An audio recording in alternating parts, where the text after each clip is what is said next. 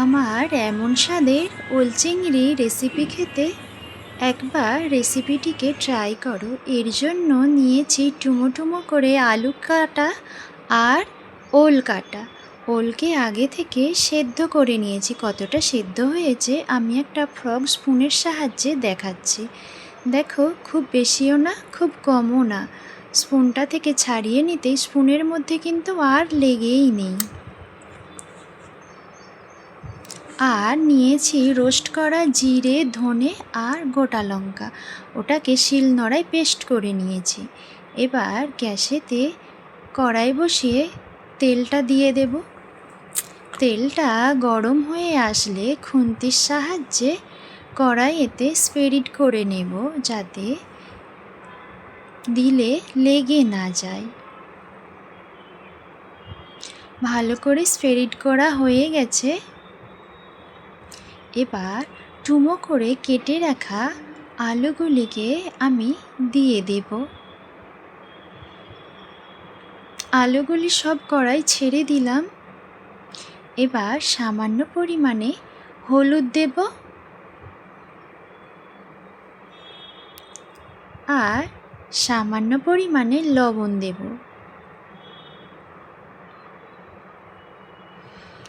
আর খুন্তির সাহায্যে এটাকে ভালো করে নেড়ে চেড়ে নেব। এবার আমি একটি ঢাকনার সাহায্যে ঢেকে দেব। ঢাকনাটি একবার খুলে দেখব। আর গ্যাসের ফ্লেমটা সবসময় লো টু মিডিয়ামে রাখবো। হাই দিয়ে দিলে ওপরটা লাল রং ধরে যাবে, কিন্তু ভেতরেতে কিছুই হবে না। আবার একবার ঢেকে দেব। এবার ঢাকনা খুলে দেখব আলুগুলি সামান্য রং ধরে এসেছে, অর্থাৎ ভাজা ভাজা হয়ে এসেছে। এবার আমি খুন্তির সাহায্যে আলুগুলিকে তুলে নেব।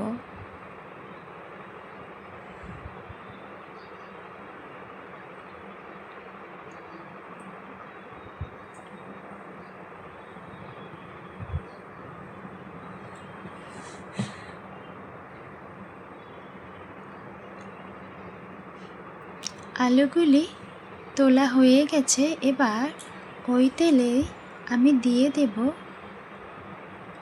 আগে থেকে সেদ্ধ করে রাখা ওলগুলি। ওলগুলি যেহেতু আমি আগে থেকে লবণ দিয়ে সেদ্ধ করেছি, তাই সামান্য পরিমাণে হলুদ দেব।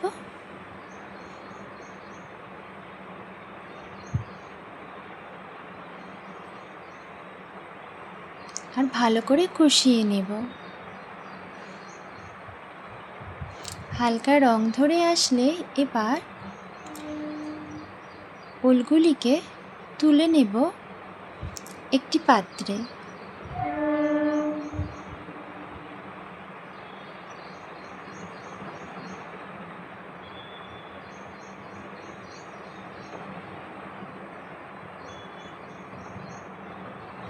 আলু ওল একটি পাত্রে তুলে রেখেছি। আর আগে থেকে লবণ হলুদ মাখানো চিংড়ি মাছগুলিকে ভেজে নেব। ওই 7 সেকেন্ডের মতন ভেজে নেব।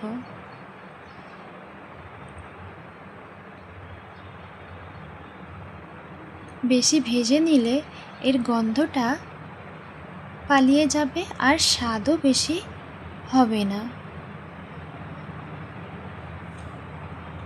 দেখো, প্রায় 7 সেকেন্ড হয়েই এসেছে। এবার একটু খুন্তির সাহায্যে তুলে নেব।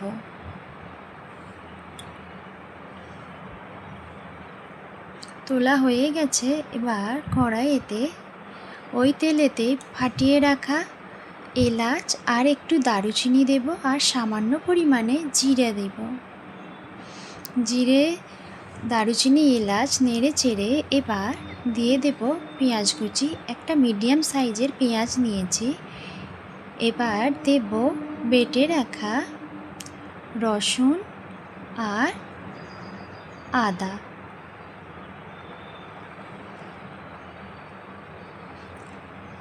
দেওয়া হয়ে গেছে।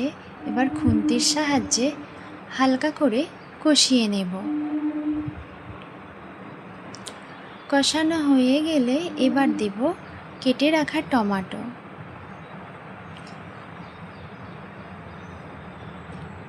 এবার হলুদ দেব, লঙ্কা দেব, যেহেতু গুঁড়ো দেব না, ওতে জল দিয়ে দেব। আগে থেকে বেটে রাখা গুঁড়ো মশলা, ভাজা মশলাটা দিয়ে দিলাম। এবার হলুদে লঙ্কায় জল দিয়ে দেব, যাতে অল্প তেলেই মশলাটা কষানো হয়ে যায়। এবার দেব সামান্য পরিমাণে লবণ।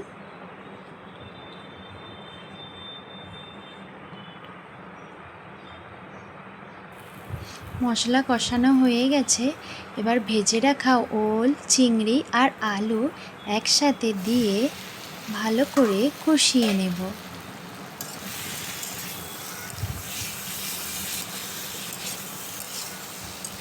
আর আগে থেকে গরম করা 250 থেকে 300 ml এর মতন জল দেব।